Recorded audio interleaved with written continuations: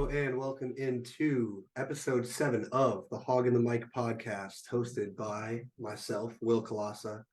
Today I've got my dad here, so I'll be just kind of asking him mostly, just about his parenting experience, what he's learned there. But he hails from Mount Prospect, Illinois, and went to Northern Illinois University for college. Now works for Oracle. So yeah, Dad, I'll let you kind of explain yourself or introduce yourself to Sure. a further degree. Yeah, that's right. So again, my name is Mike Kolassa, and I grew up in Illinois, the suburbs of Chicago. I went to Northern Illinois University, got a math degree and was a math teacher for a short period of time. Got into computer training and through the years got into consulting gigs and now I work for Oracle Corporation. All right. So first question, I guess, is what are the biggest things that you've learned just through becoming a father? And how has that changed you from, before you had kids? Oh, well, that's a great question.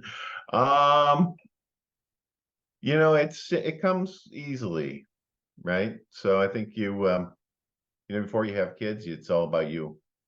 And when you have kids, it changes everything, right? You almost immediately become the last in the priority list, and that's a good thing. But yeah, it's something that kind of strikes you. I don't know that you prepare for it, and I don't know that you critically think about what happens at that time. It just kind of comes naturally. Okay, so next question. What were the things that you tried to take on from like grandma and grandpa through parenting? Were there any specific things that you realized and consciously thought about that way? Mostly in retrospect, right? You see things happen, and then you treat your kids the way that your parents treated you, and sometimes you go, oh my gosh, I've become my father. Or right. So I think that those things that you grow up one way, Yeah. and you only know one way, and so you do some of those things, and sometimes you realize, when you're treating your kids the way your parents treated you, you go, oh my God, what am I doing? And then, but 95% of the time, 95% of the time, you go, oh, that's why they did that. Yeah. I got you. So I would guess that I employ almost all of the tactics that my parents did, that grandma and grandpa did. Gotcha. What are some of the things that you feel like you've done that I don't know, the way that you said, like, oh my gosh, like why, or what, not why am I doing this, but like, I guess relatively negative things or things that Well, you changed, times change. Grandma and grandpa were born during the Depression, right? And they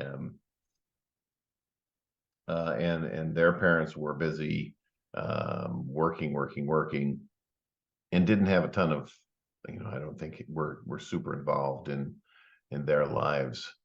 So there are times when they would get tough love, and they would just give us tough love messages, and then you go, well, gee, that doesn't really apply anymore. And you pass some of that stuff down. But it's times have changed, priorities have changed, not all for the better. Yeah. There are some things that you change because times are different, and then you realize, like fiscally responsible kinds of things. When I was growing up, there weren't places to go out and eat, so you very, very rarely went out to eat. And sometimes, when grandma talked all about eating at home and saving money, and you didn't really realize it, and then all of a sudden you realize that 35% of your budget is going towards restaurants, and you're like, maybe that's a problem. Yeah. Or every time the doorbell rings and you think it's pizza. That's right. So that's a little story about Will when he was about 2 years old. We were at home watching television. The doorbell rings and Will screams out, "Pizza's here!" And so I knew at that point that maybe we should start eating more home cooked meals. Yeah. Um, okay, what about like positive things like that? I guess you didn't realize that you were doing, but you kind of look back and realize that those things that produce positive results came from grandma and grandpa. Oh yeah, just almost everything. It's important to be home. It's important to be involved. It's important to um, there are conscious decisions when a lot of times it was things about figuring out when to let you fight your own battles and for when it was time for us to step in and stand up for you or teach a lesson. There's we keep our kids these days way too close to the vest. We keep them close and we don't let them go out and get hurt on their bikes anymore Yeah. and figure it out for themselves. Mhm. And there have been plenty of times when we've consciously made a decision to let you fail. Yeah. Is that So rule much. 12? What's that? Isn't that rule 12? It's one of those. Yeah, I it's think one of it's those. the Yeah, last right. one. Don't don't interrupt kids while they're skateboarding or something. Yeah, something like that. Okay. So do you think that Sarah got the best parenting experience because you had the most parenting experience? Or I guess child experience because you had the Yeah, most that's a good parenting question. experience? Um, in some ways, yes. In some ways, yes. And you like it screwed. Yeah, in most ways, yes. Hmm. She wasn't a kid that most of the time you think, oh, by the time you're down to your last kid, you let him juggle knives. Uh, but she's not a knife juggler, Yeah. right? So She did cut her nose with the scissors though, didn't she? she did cut her nose. I remember that. That scared the hell out of me. Yeah, I think that with each one of you, I think um, there's always, each one of you is different. And so when you look back and you think, maybe I should have let, Will do this or Henry do that. Mhm. Maybe it would have been more beneficial. But all in all, I think we treated you guys all pretty much the same. You guys were all super easy. I don't, and it was never called down to the police station. Yeah. Um, yeah, so it was a good experience across the board. Gotcha. Mhm. Um, are there any what's the biggest thing, if any, that you look back when you were parenting that you would have done differently, or was there a certain? Oh yeah, there's lots of stuff. There are a lot of things that most of it I think when your kids get to be 20 years old, 18 years old, you start to see them and understand where their real talents lie, where their real interests lie, what kind of adults they're going to be. And I think you look back and go, oh, well, with that one, we probably should have gotten them into this a little earlier, or we never should have pushed them to do something else. Mhm. There was with your older brother Joe, I had him in wrestling because he Yeah. was a very good skill-wise basketball player, but he didn't like to go after loose balls, let's say, right? Well, that's because that part sucks. And you were the same. And Henry was the same. And Sarah. Well, Sarah was probably the most aggressive Yeah. of the four of you. Yeah. Yeah. So, maybe we should have finessed that a little bit. I was on you and Henry for a long time to pick up an instrument, Yeah. and I probably took the wrong tact on that. Hmm. I warned you for years and years. At some point, you're going to come back and say, "Gee, Dad, can I learn the guitar now?" And it's easier to learn when you're little. I don't know if I've told you this, but Ed for the last, I mean, it's been about 2 years now, right? That I've been playing the guitar. Yeah. Every time that someone asks me, like, how long have you been playing? Like, what do you know? I always tell them the same thing, that my dad told me that I should play the guitar, and because he was my dad, I decided not to. And then once he kind of stopped, I gave it a try, and then unfortunately, he was right every time. Like, Yeah. I really like playing the guitar. Yeah. And it's if you learn it when you're 5, Yeah, it's easy. yeah, If you learn it when you're 20, it's it's a little more difficult. yeah. But I think everybody should learn how to play an instrument. Mhm. Um, we spent a lot of time with you and Henry and Sarah and Joe playing sports, Mhm. um, which I think was beneficial. I mean, I think each one of you has a kind of a passion for some of that. Mhm. So I think if you spend the time doing it, your kids will probably, if you don't overdo it, your kids will enjoy it the rest of their lives. Yeah. Other than the, experiences that every human goes through, like birth and stuff like that, like Mhm. what would you say are your top three or so, like parenting moments? Oh God, top. Well, that's a difficult question because you enjoy you enjoy almost all of it, and the parts you don't enjoy are tragic. Yeah. So, so they're the children, kids are the best things that ever happened to you by far. But that's because they give you a ton of reward, but also you feel their pain, right? So when they're going through things, you kind of latch onto that as well, and so you're gonna go through that as a parent, but it's there's nothing, in my opinion, there's nothing better than kids. So, but I think that the sometimes I'm taken aback most by when you guys succeed at things that I'm terrible at, Yeah. right? So, I was not, I was always an interested athlete. I always enjoyed playing sports, Yeah. but I was never I was never great at any one of them. So when I see you guys, do things that I never was able to do, that always, that's always a great thing to see. And I give a lot of credit to guys like Scott Hiller that you had on a couple episodes ago. Mhm. Um, he knew how to coach. He had a great talent for the sport. He showed me that as I thought I knew something about baseball, I actually didn't know anything. So I learned a lot from him. And when I saw you do some things in the game that I never did, I always that was the best part about it. Yeah. Henry had the same things. Henry went off, and I think one game he had 17 points in about a minute and a half in a basketball game. He was in the zone. He was tremendous. Was Although that a school game or a travel game? no, that was a travel game, and he Okay. just went off. Gotcha. You had the first 2 hits in your grade school championship Yeah. baseball game, Yeah. right?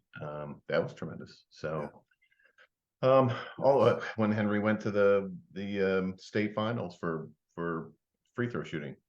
Yeah. The You- 11-foot free throws. yeah, I don't. Yeah, maybe they were, but he Yeah. was. I think he was 23 for 25, Yeah. I remember that. something like that, right? And it was Crazy. like I could never do that. Yeah. Yeah. Um, yeah. Joe would track down fly balls. He was a very good baseball player. He was a good basketball player. He had a lot of talent. Yeah. So, um, those are the kinds of things I think that when I go, man, I could never ever do that. Yeah. Nice. Mhm. Um, what do you think is the dynamic between you and mom parenting? Like, what's do you guys talk about how you co-parent, or is it just kind of like you figure it out as you go? Uh, so I think we have different styles, and I think they I work agree. pretty well in conjunction with each other. They do from time to time cause a little bit of friction. Mm, But at the end of the day, my first inclination is to expose you to nature And mom's first inclination is to nurture and help you get through stuff. Yeah. And so, but I think it's a nice balance. Mhm. Because I know after I get done yelling at you guys, she's going to come in and tell you that it's all okay. Uh, Mhm. yeah. If you ever need food, you go to dad. If you ever need like help with something, though, you go to mom. Right. Unless it's with the computer, then you Yeah, definitely go that's to right. dad. You know, Yeah, mom is on the case for everything. She yeah, takes care of talking to the doctors. I don't have yeah. the patience for a lot of that. She goes through all of it. She understands all of it. Mhm. So I don't have to. And then she and I talk. So my goal on all of that is to support her as much as I can because there's been a lot of that kind of stuff. Gotcha. And going back to your previous question, though, I was kind of thinking about it. Um, the proudest we have a lot of proud moments because you guys are really good kids. Um, and there have been times when teachers have come to us and said, things. Coach Hiller did from time to time. Coach Vic, all the teachers at MIS would say very nice things about you, and people who would watch you guys back when you were small said you can bring those kids over here anytime you want. Yeah. Right. Grandma and grandpa, even though they were pretty old, right? Grandma said you can drop these kids off here anytime. They never caused me any problems whatsoever. Yeah. Mhm. Um, I I'm just kind of personally curious about what Coach Vic said. Like I know I played with Coach Vic for 3 years, fourth, fifth, sixth grade. Coach Vic knew that you were always working hard and that he could see that you had some things going on health wise that the other kids didn't have to deal with. Um, and yet you worked very hard. You were always done at the end of one of his practices, Yeah. and he didn't need to push you any harder. You were as pushed as you could go. He was another very, very good coach. Yeah. He taught you and me some very, very valuable lessons about how to run a team. Mhm. Yeah, because I guess like I remember obviously playing on his teams, but like I never felt like Coach Vic and I had like a as much of a He relationship as wanted you to succeed very, very much. mm, Yep, yeah. he always talked. I would see him when I was at Henry's games. He would come by Okay. and he'd always ask, "How's Wheel? How's Yeah. Wheel?" I I also remember we had an I believe it was an inbounds play called Wheel. Right. And I never knew when he wanted to run that play or if he was trying to get my attention. It Right. was the same sound that came out of The his same, mouth. same sound. It was But so frustrating. Yeah. yeah, he was taken, very taken by you, and yeah, really, really wanted you to succeed. So that Yeah. was good. And then this might be a difficult question to answer, but well, actually, I'll wait on that one. Um, what is the biggest difference between um, parenting a boy over a girl? Like that seems being a boy, I feel like I would only want to have male children. Yeah, I thought so too after having three boys in a row. And the second that Sarah was born, um, basically I said, "Oh, now I've got a princess." And so again, most of it comes naturally. You treat, I think you treat boys and girls the same from a what you expect out of them, right? Don't think that girls are going to do this more than boys are. I Yeah. would say that Sarah has a lot of both feminine and masculine qualities about her. Um, Mhm. so if you don't expect your kids to do certain things, they will not do it. So Okay. um, right. So although I suppose I demanded more from the boys on things like chores, cutting the grass. Sarah did more things that she tended to like, and she likes to cook, right? Yeah. So Thank she shows goodness. a lot of value there. Yeah, yeah. There's benefit in there for everybody, but But I think the difference is how you react to their emotions, right? You want to push a boy. Um, if you really are trying to build independent men, Mm, you need to expect them to rebound from things quickly and act like they're in control. yeah. Boys also deal with, they get, if a boy gets pushed on the playground, he reacts immediately, Uh, and generally after that it's over.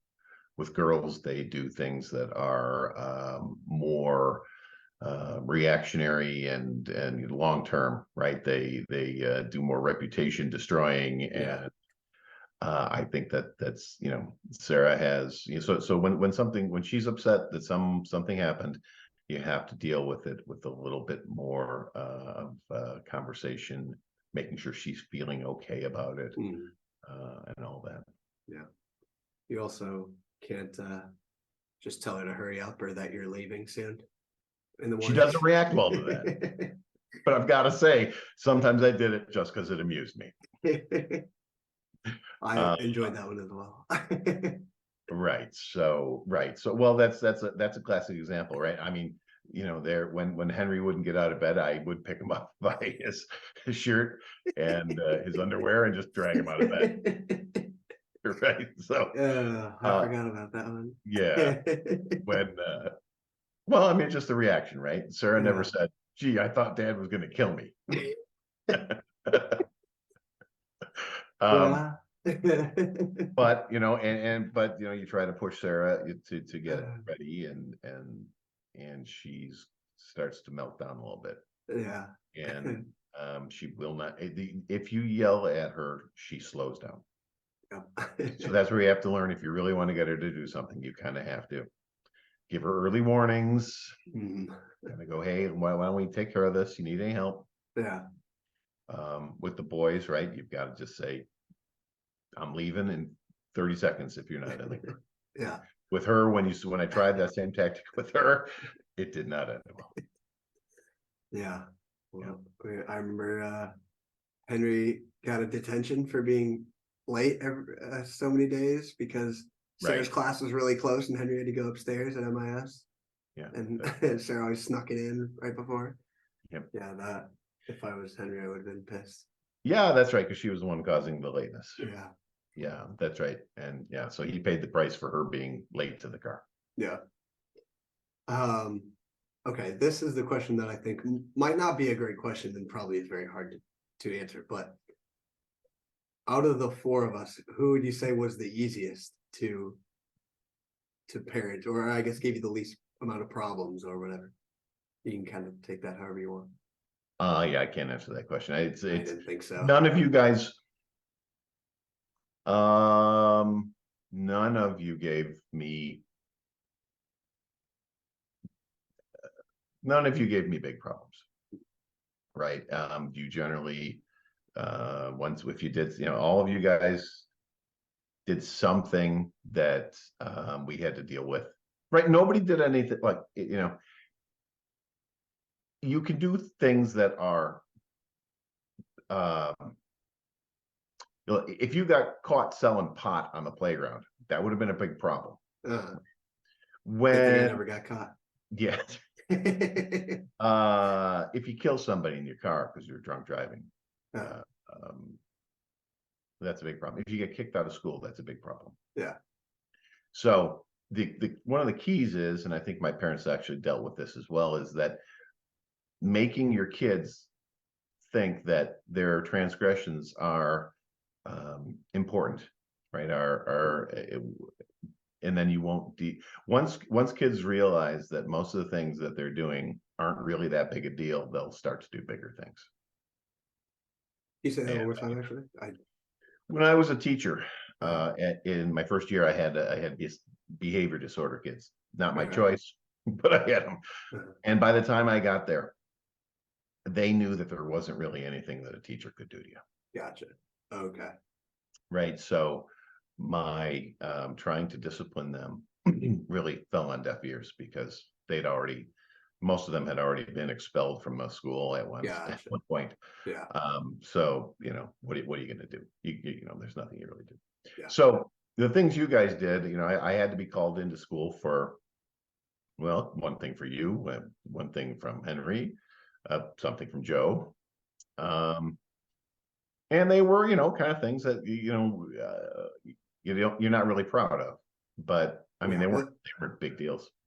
Was that in seventh grade when I falsified my computer project? That's correct. I remember That's what I that. was Yeah. thinking about. That's Yeah. about the worst thing you ever did. Yeah. And I see these things happening, right? Something's going on at school. You want to be part of it. It's a little bit of mischief. You say, hey, that's great. And then, as soon as you're done with it, you realize, oh my gosh, actually, that's kind of a big deal. Yeah. Right. So, none of you guys ever did. What did Henry get in trouble for? Oh, Henry had to go. I had to go to school because he and Christian were, Oh, yeah. So, Yeah. I remember. But none of it was malicious. Yeah. Right. And you guys all felt bad for the things you did. Yeah. And Joe broke a kid's collar one time. Really? Yeah, kind of sexing. So they were getting into some, they were kind of playing rough football. Okay. And I think Joe, I don't know, I remember if he slide tackled them or something on the and Connor went down and broke his collar. Interesting. I don't remember that. Not that the family wasn't upset with us. Gotcha. But it was roughhousing. But it's one of those things where you have to go out to school and explain yourself. Mm-hmm. Yeah, I can't recall a time where I think I've engaged in any kind of physical violence or, that just was never something. I was always quite small, but I was like, if I punch this kid, I'm gonna die. Like if I engage in this, Well, I'm gonna lose. yeah, I'm not so sure that's the world we live in today. Yeah. And that's not the whole world, but that's the world we live in. Mm-hmm. When I was a kid, I was in a handful of scrapes. Yeah. Right. Because parents didn't have so much oversight, right? Mm-hmm. Parents would say, it's summertime, get outside, be home by dinner. Yeah. And so, you'd come across folks who wanted to make trouble. On several occasions, as a kid, I came across situations where people want to make trouble. And, I don't know that I was bigger than most kids, so I didn't lose. I never got my butt kicked, let's say, but I don't know that I ever enjoyed. Everything ended in a draw, basically. Gotcha. Yeah. That's boring. Yeah, it was. Even at times I had the upper hand, I kind of didn't want to, so it's bad. But I think that, you do need, there are bullies in this world. This is the way I really feel about this. And I think this is an important lesson for kids for people to learn about bullying. You definitely would rather have your kids learn how to deal with a bully in kindergarten than learn how to deal with a bully when they're 25. Yeah. Because it's a totally different, it's an emotional breakdown, Mm-hmm. right? If a 5-year-old has an emotional breakdown because somebody took their crayons, they learn that's not that big a deal. They learn how to deal with the person. But if you're at work, first time you encounter a bully, it's going to be trouble. Mm-hmm. Well, that was kind of going to lead into my last question, which was, what is the biggest lesson that you try to teach your children? But do you think that would be number one, or that happens naturally? You just okay. The problem with I think a lot of times what's going on, and we live a pretty nice life, is that part of our ecosystem is kind of out of bounds in 2023. Yeah. You don't let your kid get to the point with the bully where he gets pushed around. So it's not like parents are, teaching kids not to deal with bullies, but it just the opportunities don't arise as much because you're not, walking in down the alley, right? Back from school or so, like I said, you'd leave the house and the only rule would be you have to be home by a certain time for dinner. Mm-hmm. And you went all kinds of places you weren't really supposed to go. Yeah. And so you encountered a lot of things that, because kids are so sheltered these days, and guilty as charged, we did it to you guys too, that you just don't get that. Yeah. But what was the last question you had? Oh, just what is the most important lessons that you try to bestow onto your kids while they're growing up? Well, the ones that I think have landed, you guys are generally very rational, good people. You generally treat other people with respect.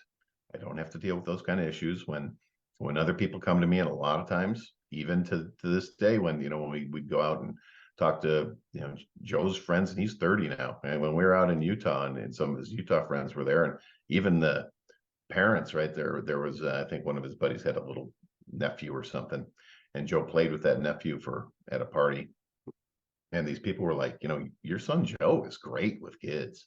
He's a great, he's an amazing person. Yeah. And so we get that a lot. We really do. Your mom and I talk about that frequently, that people are like, your kids just, and it's because we had I think parenting wise, we had a nice calm environment around here. Mm. We kind of fly off the handle a little bit, but we generally pull it back in and explain things. And you guys were never too big a problem with that. So I'd say that it's a culmination of everything. It's just, if you're calm and you deal with people with respect, the rest of it should follow. Yeah. Mm-hmm. Nice. Well, yeah. Now, from the aspect of like, what didn't we get right? Mm-hmm. I think you can always nitpick that one. I think what we always tried to do was make sure that you guys were set up to be independent human beings and knew how to deal with money and knew how to, that. And I don't, everything I've seen so far looks good, right? I think those are things we'll see over time. Yeah. We struggle with things like how much assistance we give you with college. Right. It's like, okay, we want to give you enough assistance, but certainly need you to know that there's skin in the game on your side. Right. So that you're not just dropping classes every semester. You take on responsibilities, you see it through. Those kind of things. It's difficult. It's not, there's no set rules on things. Everybody look, people have lots of set rules. We do this. We always pay for this. We don't pay for this. We do this. And I think it's important for a lot of folks to have all those rules set in stone. When things start to go awry, right? It's how you deal with Henry is working with the basketball team from Houston. So he's going to require a little more assistance because he's not going to have an outside job. Yeah. Right. But I value the experience he's getting with the basketball team. So, we're going to have to deal with that and try to do it as fair as we can so that, every one of you guys kind of feels like you got the same kind of treatment. Nice. Well, thank you for coming on short notice. Oh yeah, fill-in candidate, huh? Yeah, okay. I get it. Scheduling was a little wonky this week, but yeah, that's okay. Yeah, that's okay. I'm glad you're doing this. Like when you do this kind of a podcast, it shows me that you're actually taking an initiative. You're not calling me and asking for help, right? You're getting just about everything done you need to. I think it's a great experience. I think it's if down the road, once you get into the work world, you're going to find that whatever you're doing, right, the self-starter initiative to do these kind of things that you learn doing this podcast are going to pay off big time. Yeah. Yeah, I think that's it. I saw the Huskies won today. They beat Ohio. Huskies won today. They did very nice job of it. I saw that the Razorbacks almost pulled it off against Bama. That's 3 points, 24-21. Yeah. Utah did well. Yeah, they beat Cal. Houston won in the last second. Oh, they did? I didn't see that. Well, they did. The other team scored with the 12 seconds to go, and then they came down and threw a Hail Mary, and it batted around, and they came down in the Cougars' hands. So nice. Yeah. Well, yep. Thanks again, and I will probably see you on the Zoom right now. So that sounds great. Yeah, okay. Adios. See ya. Bye. Bye.